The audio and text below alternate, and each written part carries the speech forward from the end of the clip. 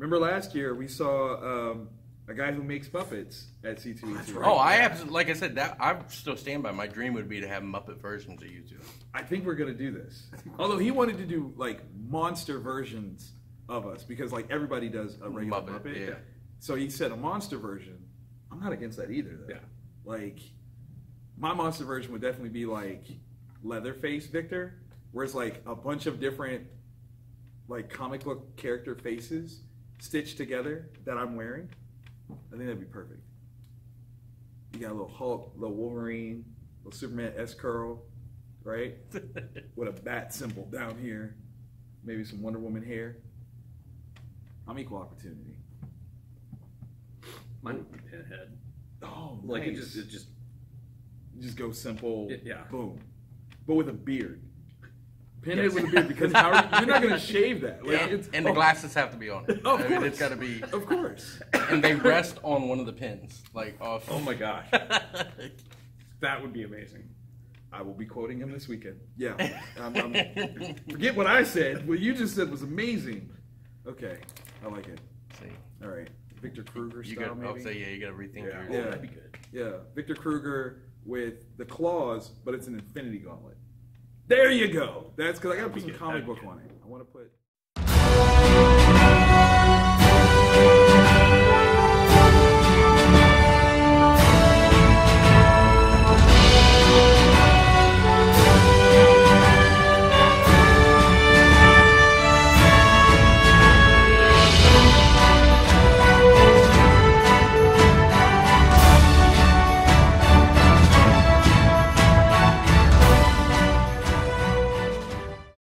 Hello and welcome to a brand new episode of Black, White, and Red All Over. I'm Victor Dandridge. Ryan Seymour. And we have got some good books here, man. Yes, we do. I know you put back some. Yes, I made about 3 cuts. Yeah, because I read that one and put it back just because I wanted to talk about some. There was so much good. This week is ridiculous. Like, what happened? I don't know. It's one that, like at first, I looked at the size of the invoice I had to write a check for. I'm like, well, that's not a big week. Yeah, that's not. Oh. And then I go sit down to read, and I've got like 12 books to start with. Books and books and books and books. Yeah, I don't even know what's going on, but keep it up. Yeah, I was gonna say I'm not mad. Yeah. Like, industry is feeding, so we gonna be eating. I like it. I like it a lot. All right, so down here we've got nothing that's the same. Yeah, nothing the same on this. The acrylics, though, I think were like two. We got 2 the same. And again, I did read that one. Did you read this one? No, that was my list of stuff to read that I didn't get a chance to. Well, good. Then we'll have stuff to talk about. Especially, it's coming. Yeah. Yes. That's all right. So, do you want to start? I can. Yeah, because I want to know about this Immortal Hulk business. Okay, man. it's Immortal Hulk. Al Ewing, Joe Bennett is doing the art. Okay. Is amazing. It's just absolutely bonkers, over the top good. It's got kind of like this old pulp horror-ish vibe to it. I like that. And in it, all right. So if you're looking to pick up the issue 15, which ships this week, please hit up your local shop as quickly as possible because it is selling fast, and it's also like selling on eBay for like $10-15 a pop. Oh wow! Which is just kind of the norm for this book now because retailers, we can't order enough. We don't know where that threshold is. Got you. So in this, Doc Samson is trying to psychoanalyze Bruce. You're going to learn to stop doing that, man. But it's done in this real like pulp horror style. Oh. Where there are different compartmentalized versions of the Hulk. Okay. That have existed through years. And there's this one particular one that Banner has kept locked up in his subconscious. That one is now in charge. And it's no joke. Like, it plans on doing. Amazing. Yeah, so it's really, really amazing. It's over the top. Pick it up. I recommend. There's 2 trades out. Pick those up. You will not be disappointed. And then let your local shop know that you need to add it to your subscription ASAP so they can get it for you. So okay, from what I understand, and shoot me straight on this one. Yep. Immortal Hulk has now taken things to more of a horror type space. Yeah, because it starts off. That's kind of brilliant. Yeah, because the beginning of it is like Hulk getting revenge on people, and then he ends up essentially going to the afterlife in like kind of a hell. Oh. Yeah. So this is like super dark Hulk. This isn't like. Okay, so we're not like, oh, he's fractured and splintered, and no. he'll come back together and it'll be nice. No, this guy is no. Yeah, it's dark. Okay, really, really good, really fun. I'm 100% for that. I took on Justice League 20. Snyder, Jimenez, Sanchez. I know I've said that I'm off the Snyder train. And the only thing that really got me back on was this notion of the Sixth Dimension Justice League. Yeah. The designs for them is so amazing. Jorge did such an amazing job with the designs of them that I'm like, this is the kind of stuff that gets me back on. Like, I want to know what these characters are, how did they come about, the whole nine. I'm not loving the story. I'm not. But there's enough there to keep me kind of on the hook to see how this stuff is going to unfold a little bit. And honestly, it's still this new version of the Justice League that I'm so interested in, especially the, well, that might be a spoiler. Yeah, I was gonna say, because this particular group is not. Yeah, I'm not gonna. I almost did. You see it? I was almost there, but I'm not gonna spoil that. But it's interesting. Oh yeah. There's combinations, and I don't know. There's some things in there, like writing wise. If you guys comment below, I will happily jump in and explain like some of the things that I think is weird as a fellow writer, weird based on the conversations of characters, which I think is kind of an interesting thing. But we can have a conversation about that. But design-wise, art-wise, I'm on board. Like this is me, 10 years old, barely reading the story, just wanting to see the cool on the page. I'll be honest, that happens sometimes. Yeah. It does. Yeah. And one of the other really neat things about this particular issue, and at first I hated it, I was like, DC, you guys are just a bunch of stupid. There are 3 covers to it. Yes. We need to get the restock of it with us, but that's the center cover. Right. And then there's a right cover and left cover, and it's the Justice League running at Sixth Dimension Justice League, which is really, really I'm not even awesome. gonna lie, like I totally want all 3 for that very reason. Yeah, a lot of people did. It's really, really awesome. It is gorgeous. If they don't make a poster of that, we might fight. It's easy. Like, you've already got the art. You've got the art. It's right there. Come on. It's $8.99 just waiting for you. Come on. Super easy. Take my money. I'm just saying. Yes, sir. We'll go with the real conspiracy first. Oh. Meet the Skrulls. All right. I read issue 1 last week, or not last week, the last episode. Right. And it's amazing. It's like that television show, The Americans. Okay. Except with evil Skrulls, but they're not even like evil. They're just trying to protect their species. But like, it's super espionage-y. Oh, I love this. Yeah, like it's really, really cool. I dig it. It's Marvel once again. They were trying to recreate the Vision, of course, which you're never gonna capture that magic again. But this turns out to be really, really solid. It's not a superhero book in the sense of like, you know, the Avengers are going to show up and stop things. It's just these Skrulls as a sleeper cell. Oh, that's cool. Yeah, and they like the playfulness with using their ability to shapeshift. Right. Really, really good.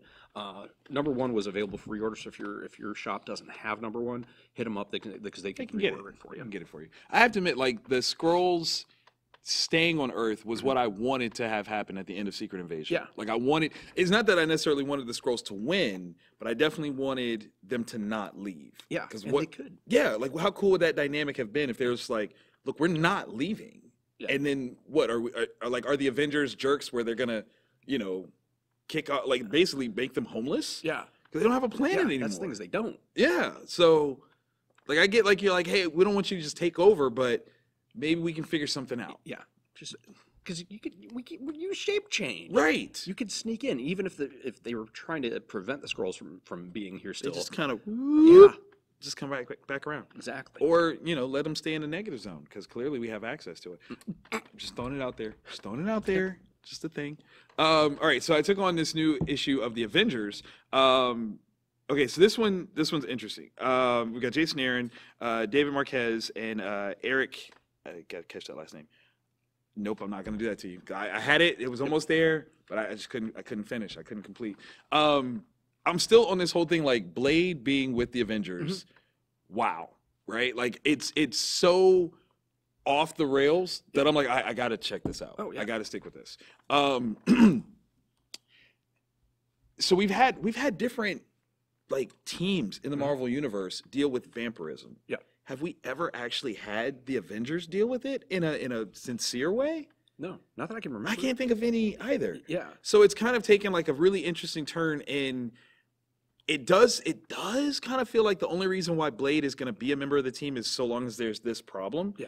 And if this problem finds a solution, then he's going to be gone and doing his own Daywalker thing. But right now, the dynamic of it seems so perfectly out of whack. Yeah. I kind of love it. Oh yeah. It's like, I mean, you figure like when the Avengers first started and you had, Tony Stark was the leader and you had Thor, and all of a sudden they find Captain America and they're like, well, we're going to listen to him now. Yeah. And Tony's like, I paid for everything. Yeah, I wrote the check. You should listen to me. And Thor's like, well, I'm a god. And they're like, yeah, Captain America. It's kind of the same vibe, which I kind of like, especially even when you have a character like Cap that's like, what do we do, Blade? We're not familiar with this vampirism type stuff. Okay, that's cool. That's cool. So yeah, it's kind of a fun thing. The art is fun. Some very interesting character dynamics, though. Okay. Very interesting character dynamics. I think this is probably going to be not necessarily the most iconic iteration of the Avengers, but it's a good standing one. Yeah. Like, very good standing. So, very nice. Very nice. Cheers. So, what's the not real conspiracy here? Okay. Conspiracy. This particular issue, social media, Zenescope, like 17 people on the creative team. You're all amazing. In this particular one, it's talking about social media, as I repeat myself. And the conspiracy is that the Illuminati and the New World Order control social media so they can keep track of everybody, know everything that's going on. And then one of the things I really dig about this one is the writers put a little bit of a twist and tie in the reptilian elite. Yeah. Which is pretty Just pretty when fun. you thought the conspiracy was mundane. Yeah. And that's what I was like, you've bought 5 minutes of my time. So how the internet and social media is supposed to make people sad or nervous. Like, 'cause if you post a picture and nobody hits like, you're like, right? oh man, Nobody likes me. Yeah, I need to have another kid because my other kids aren't drawing likes anymore. And that's a horrible statement. Oh my god. People having kids for likes? Is that where we are? Maybe. Yeah, Jeremy's just so if you don't, because when people will sometimes eat meat, they don't want the animal to be killed scared because it makes the meat taste weird. The reptilian elite actually like it when people are unhappy because the meat tastes. It's that little bit of a twist. There's one more issue left in the series, so I kind of can't wait for that. And if Zenescope, if you're watching and you want somebody to throw you ideas for a follow-up conspiracy miniseries, I'm your man. No. I work cheap. Call him to write the foreword for the collected edition of this series so he can talk about how impactful your words truly are to his well-being. Yeah. You have spoken his truth. Yes. It's kind of true. Like if you were to look at my search history or my YouTube search history, it's right there. It's right there. Yeah, it's all you. Matt, there you go.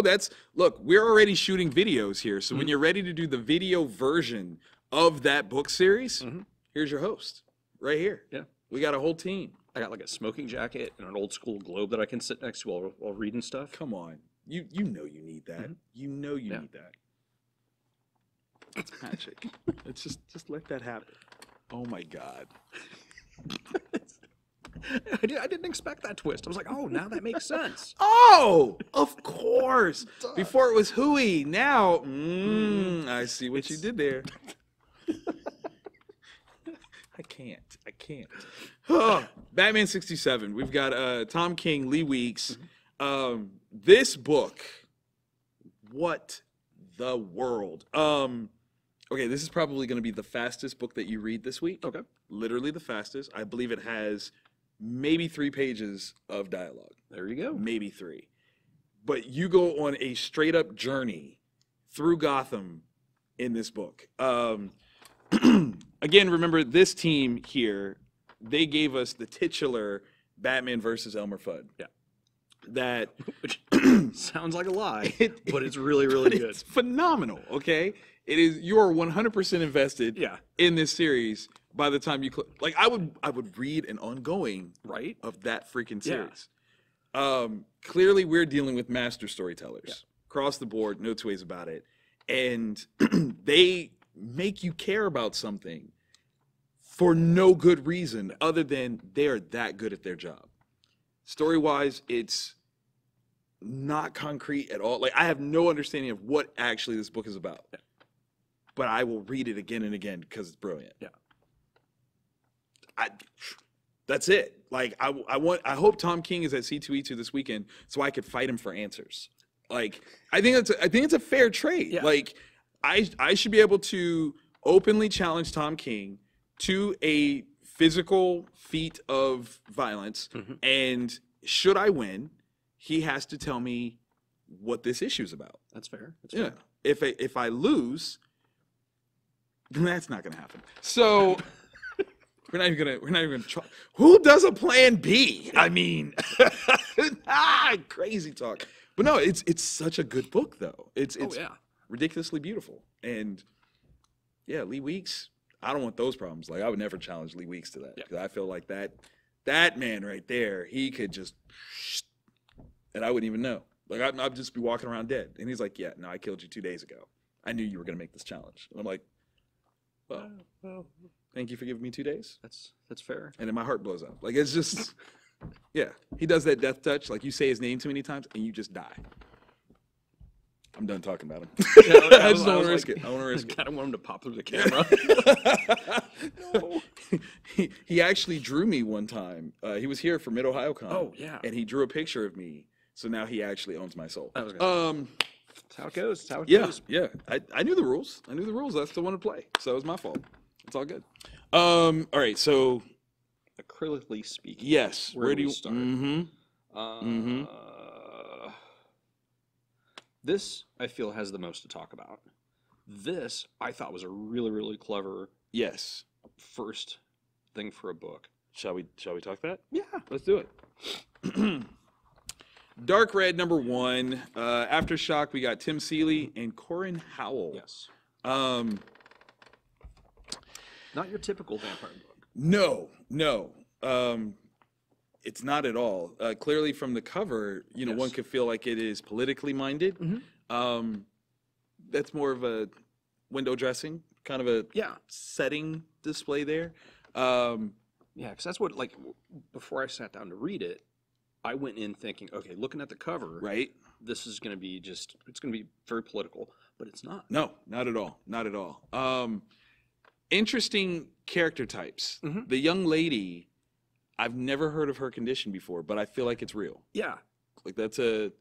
Yeah. And what does that do? Like I don't know. I mean, I caught what she said could possibly happen, which that sucks. That would suck. Very much so. Particularly that location. Yeah. But are there other complications? Yeah. It makes you wonder. Yeah. Because it also makes her a very ideal companion. Yeah. Or what you would want to call it. Yeah. And imagine, all right, you are this undead, powerful entity Right. that is immortal. Right. And you get told to stay late to mop the floor. Knowing that driving dawn is home. coming. Yeah. Dude, let me tell you all the laws that I would have broken. Right? And I feel like he didn't do that. Like he specifically did not drive crazy to not risk getting pulled over, Right. knowing that this was going to be Yeah. dangerous. Just, yeah. And what's now that's a spoiler. I can't Right. say that. Dang it. I think it's safe to say this takes place in a small town somewhere. Yes. And the vampire works at like a 7-Eleven type thing. Right. And there's the people that want to use him to gain power or move to the big city or whatever, and for whatever reason his life experience or unlife experiences That's a good one. have got him in this place where he's like, this is real. Dude's just trying to survive. Yeah. Like that's it. But not even like struggle survive. He's Yeah. just trying to maintain a semblance of regular living. Yeah. And he doesn't want to go too far, too crazy. Yeah. Something tangible. Yeah. Something real. I respect it. Yeah. I really do. It was a good book, though. Yeah, well, it I'm really, not gonna really lie. was. Like, that was a really good one. Yeah. I'm definitely going to ask Tim questions because I know I'm going to see him this weekend. Where did this come from? Yeah. Who hurt him? Because there's some things in there, man, where I'm just like, dude. Yeah, there's some What's history up? where the main character, like, Clearly. what put you in a headspace where, like, you know what, I'm just gonna live a very simple life away Dude from suffered. He had to have like risen to the top and then fallen. Right? The deepest fall. Yeah. That's all I'm And saying. it makes you wonder because at that very last page where you're like, See, that's what. yeah, Okay, you get it. No spoilers. Do you want to go next? Yeah, I can do Guardians. Yeah, let's talk. Let's Alrighty. talk Guardians. Guardians of the Galaxy. Yes. Dunnicates Jeff Shaw, issue number 3 or legacy number 153. Right. All right, so it picks up after the death of Thanos. And Yes. Thanos is like, he's got his plot to come back and he's going to put his consciousness in some other body. Right. And it's such a dick move, but it's so Thanos. It's such a Thanos move. And Yo, teabag. oh yeah, it's like, I will come back from the dead. 2 scoops. Right. And so you got these rival factions at the Guardians of the Galaxy that are trying to track down Gamora to save her, and then you've got Star Fox or Eros because he's actually going by that in this one. And that's a telling thing. Yeah, very telling. and that crew, they're trying to track down people to kill. Right. And it's these 2 opposing groups that are just they're comprised of such amazing characters. Like seeing Cosmic Ghost Rider is kind of like the voice of reason. That is the scariest thing in the world. Yeah. Can we just openly state that? Yeah. Like, and he wasn't wrong though. Like he's as not like, sitting down, he's like, listen, blah blah blah blah blah blah. right? And I'm like, oh my gosh, He's like, wow, the super Good- crazy dude from another time. good call, Frank. Yeah, like, that makes sense. actually- Thank you, Frank. Yeah.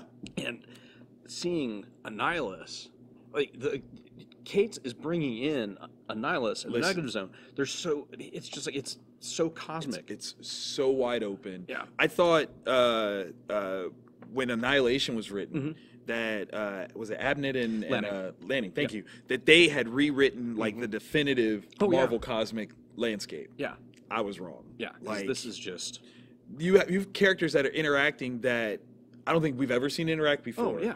And they have respect for each other. Yes. In a way of saying like, I know who you are.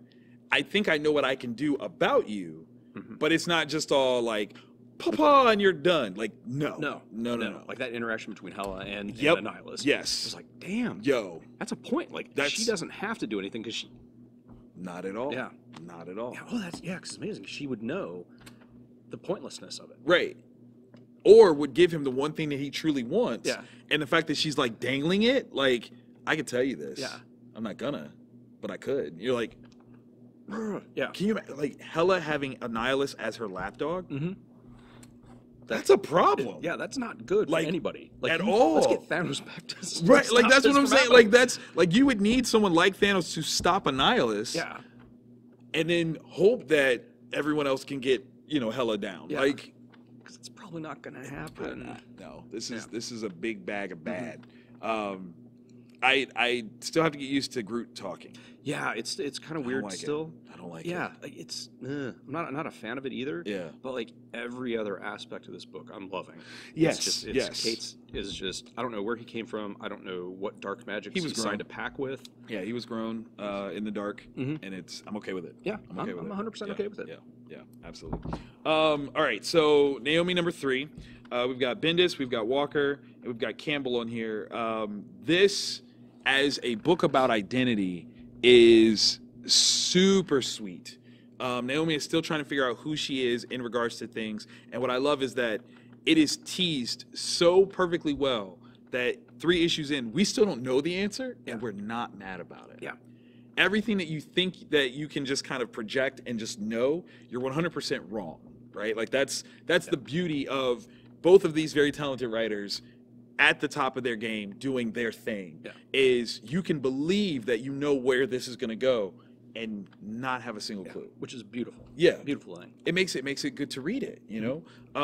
Campbell's work, Jamal is killing it. Like, I mean, it's like, clearly I know there's a lot of work that goes into doing this book, but he does it effortlessly. Like, there's at no point where I look at it and go, oh, he struggled to make that page happen. Or this panel, I don't know if he did. Effortlessly. It is so gorgeous. It's so good. If you are not getting this book, shame. Number 2, if you have a young lady in your life that you want to have actively reading, right here. I mean, you know what? I'm going to step out and say, like, even though she might not have, like, the super smart answers, why didn't Shuri call Naomi? Like, I would love that inner cross-dimensional connection there, because I think that's the thing that we need. We need to have them interact. I'm sorry, that's my high horse. But Naomi is just like a real character. She's a real person. I believe like somewhere in Portland, there's a young lady that walks and talks just like her. I believe it. They're out there. Right. So read that, please. This is so good. Criminal, Edward Baker, Sean Phillips, Jacob Phillips. The way they're weaving Teague and his family into what I thought was going to be a completely separate crime caper is just so phenomenal. And Yeah. I love how it's set in the comic book. Yes. The world of the Golden Age creators and this is world building done on an expert level. You are building on the basis of characters, Yes. not just plot points and stories. You literally care about what each of the interactions are going to mean. How do they fit with the things that we know? Yeah. And there's a nice little piece in the back that's talking about how this is clearly a prequel piece and painstakingly went into making sure that nothing is a super big nod to what's to come. And what's to come has already been out, which is even better. But this is making it where, how do I put this?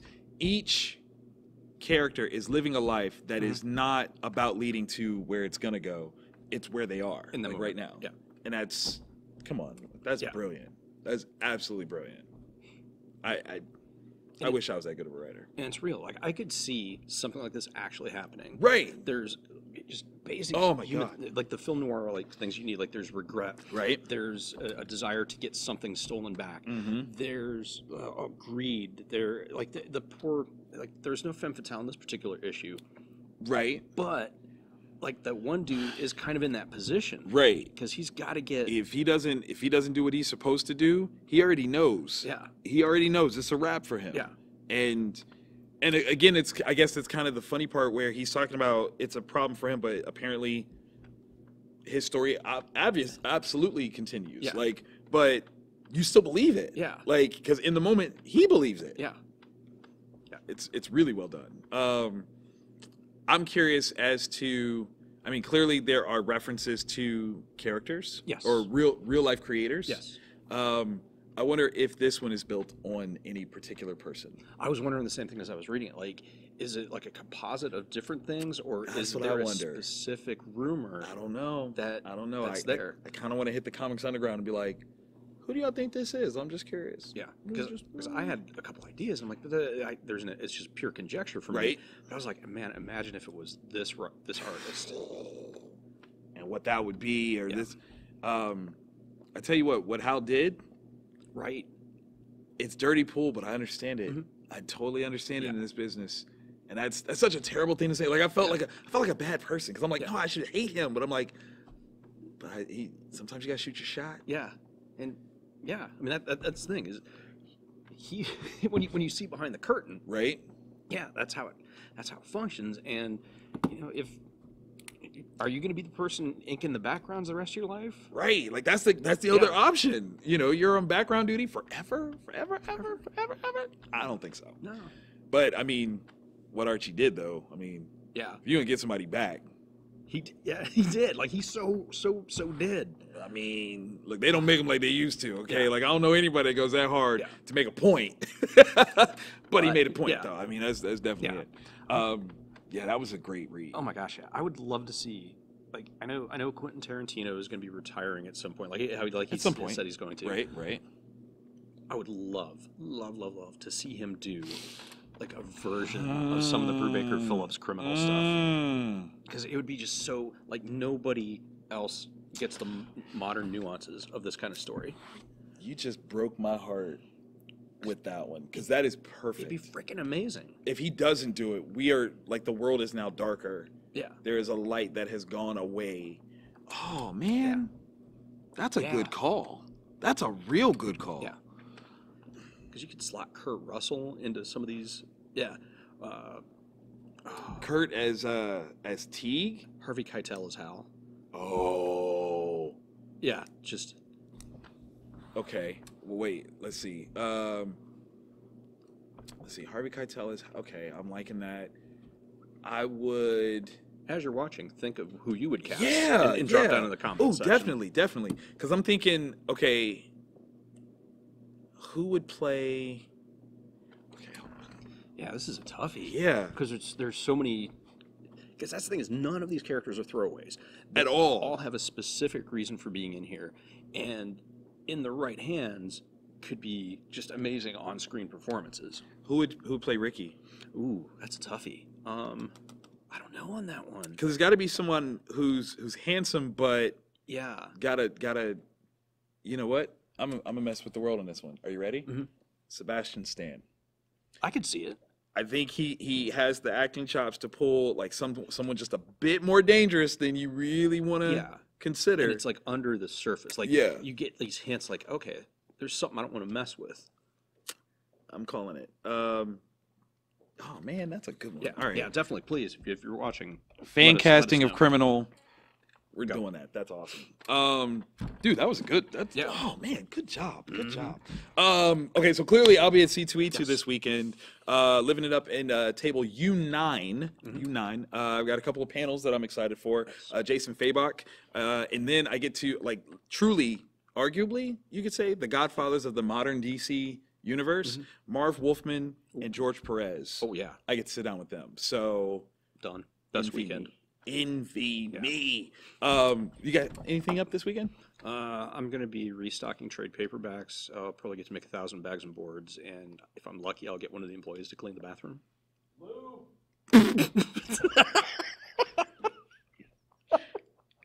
Lou and the Lou? Is that where we're going with that, Jeremy? Is that what that was? A little Lou and the Lou?